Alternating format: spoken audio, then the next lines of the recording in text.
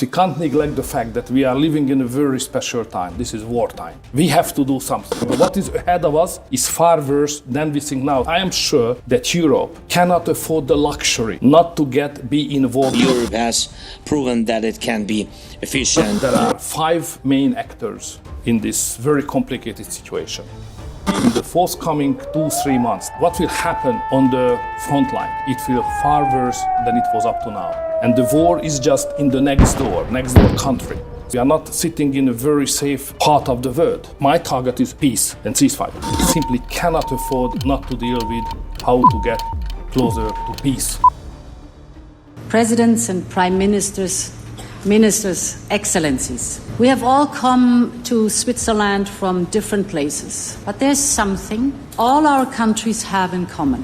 We all value our independence and our freedom. And this is why we're here today. We're here today to help bring an end to a brutal and unjust war.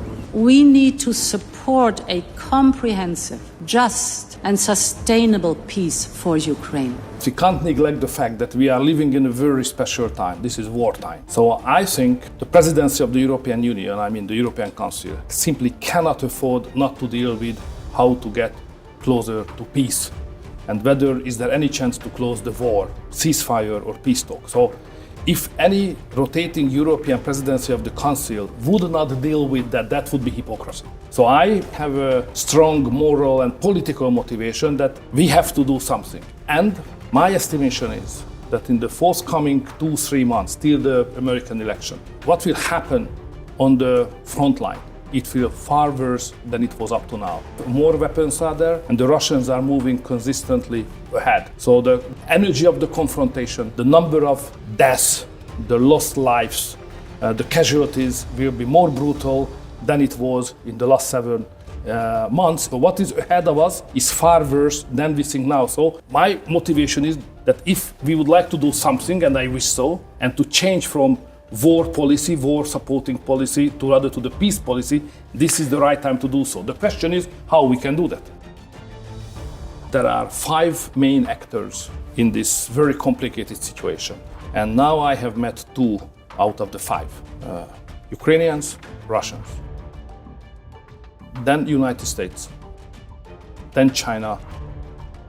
Then European Union. And I will continue to manage to get and collect the opinions, the position, the talks, how we can formulate to find a way, the quickest way to the ceasefire and to the peace. So it was not just a dual trip to Kiev and Moscow.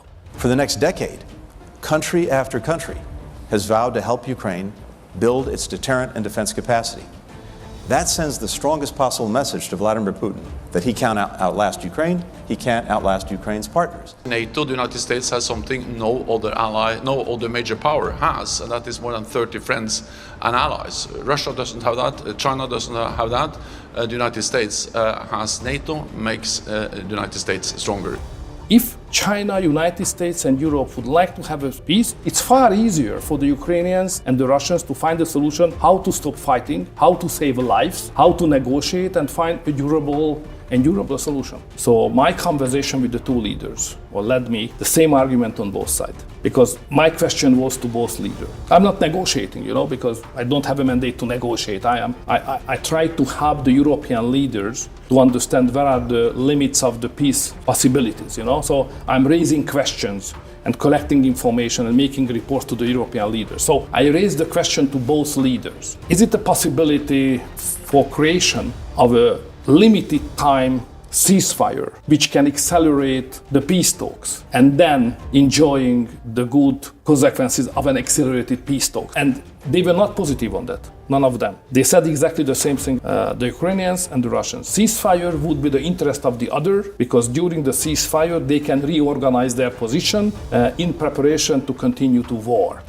I understand that position, but that's where the mediators has a role to be done. Hungary was occupied several times by Russia. Very few persons of the world can know more about Russia than the Hungarians, especially the Prime Minister, because that's my job to understand it. So we know what does it mean. And I can't afford simply not to understand how the Russians think and how to operate. I have to repeat, we are not sitting in a very safe part of the world.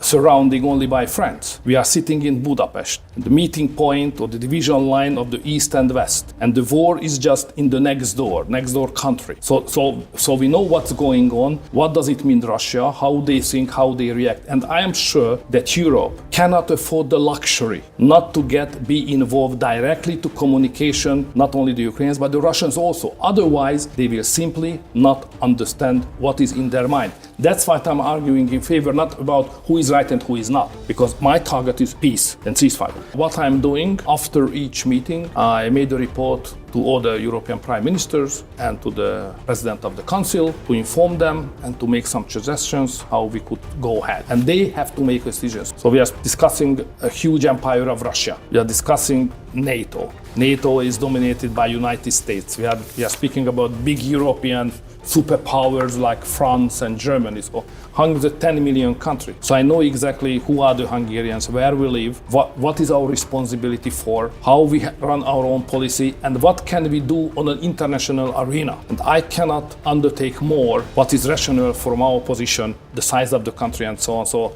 I try to be as modest as I can. If we had a real president, a president that knew, that was respected by Putin, he would have never invaded Ukraine. A lot of people are dead right now, much more than people know. You know, they talk about numbers. You can double those numbers, maybe triple those numbers. He did nothing to stop it. In fact, I think he encouraged Russia from going in. I'll tell you what happened. He was so bad with Afghanistan. It was such a horrible embarrassment, most embarrassing moment in the history of our country, that when Putin watched that and he saw the incompetence, that he should have fired those generals like I fired the one that you mentioned, and so he's got no love lost, but he should have fired those generals. No general got fired for the most embarrassing moment in the history of our country, Afghanistan, where we left billions of dollars of equipment behind. We lost 13 beautiful soldiers, and 38 soldiers were obliterated. And by the way, we left people behind too. We left American citizens behind. When Putin saw that, he said, you know what? I think we're going to go in and maybe take this was his dream. I talked to him about it, his dream. The difference is he never would have invaded Ukraine. Never. Just like Israel would have never been invaded in a million years by Hamas. You know why? Because Iran was broke with me. I wouldn't let anybody do business with them. They ran out of money. They were broke. They had no money for Hamas. They had no money for anything. No money for terror. That's why you had no terror at all during my administration. In general, of course, I saw that it's impossible to turn my back on this, especially since the United States remains a great power with known capabilities in the field of economy, security, and military affairs. And the United States is a permanent member of the Security Council. Of course, has such an influence on the situation in Ukraine. Of course, they care about what's going on there. But that's actually their internal matter. You know, the fact that Mr. Trump as a candidate for the presidency is saying that he's ready and willing to stop the war in Ukraine, we take that quite seriously. I'm not familiar, of course, with his possible proposals on how he's going to do that. And that, of course, is the key question. But I have no doubt that he means it sincerely, and we support it. If you liked the video, please like and subscribe to spread more awareness. Share your thoughts in the comments below and join the conversation. Your engagement helps us bring more content to life. Remember, stay informed, stay engaged,